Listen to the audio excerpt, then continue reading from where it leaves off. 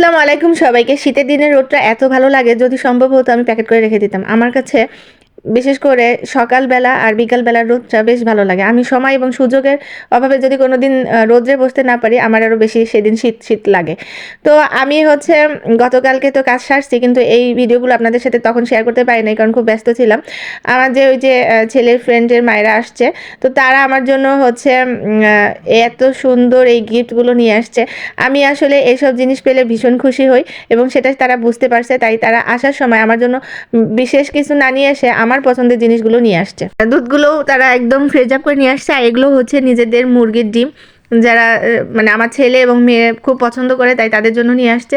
আমার জন্য স্পেশালি শাকটা নিয়ে আসছে, এবছর এখনও খাওয়া হয় নাই। আর সুমাইয়া গতকালকে আসার সময় একদম পিঠা বানিয়ে ভিজিয়ে নিয়ে আসছে, তো সেই পিঠাটা গতকালকে আমাদের খাওয়ার সুযোগ হয় নাই। তো আজকে আবার একটু দুধ জাল দিয়ে এটাকে আবার সুন্দর করে জাল দিয়ে নিয়েছি, যাতে করে খেতে আরও মজা হয়।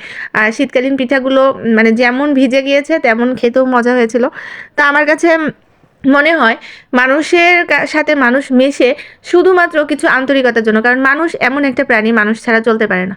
আর সেই চলার মধ্যে যদি কিছু মানুষ একটু আপনাকে বোঝে এবং বোঝার মতো কিছু মানুষের সাথে যদি কখনো মিশতে পারেন, তাহলে আপনার মনে হয় আমার 10-এ 10 দেওয়া উচিত। তো আমার পছন্দ, ওরা এত ভালোভাবে বুঝে গেছে যে যে কয়েকজনই মানুষ আসছিল, তারা একজন দুইজন শুধু ফ্রুটস নিয়ে আসছে আমার ছেলেদের জন্য, ছেলে মেয়েদের জন্য, কিন্তু বেশিরভাগ মানুষই আমার প্রায়োরিটিটাই বেশি দিয়েছে।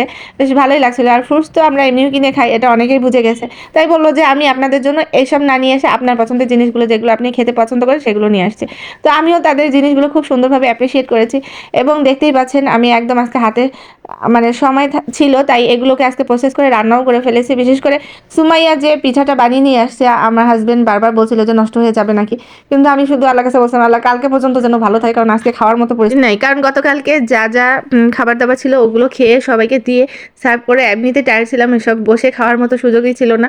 তো আজকে সব কিছু প্রসেসিং করেছি এবং সুন্দর মতো আজকে খেতেও পারলাম, এবং সবাইকে স্পেশালভাবে থ্যাংক ইউ জানাতে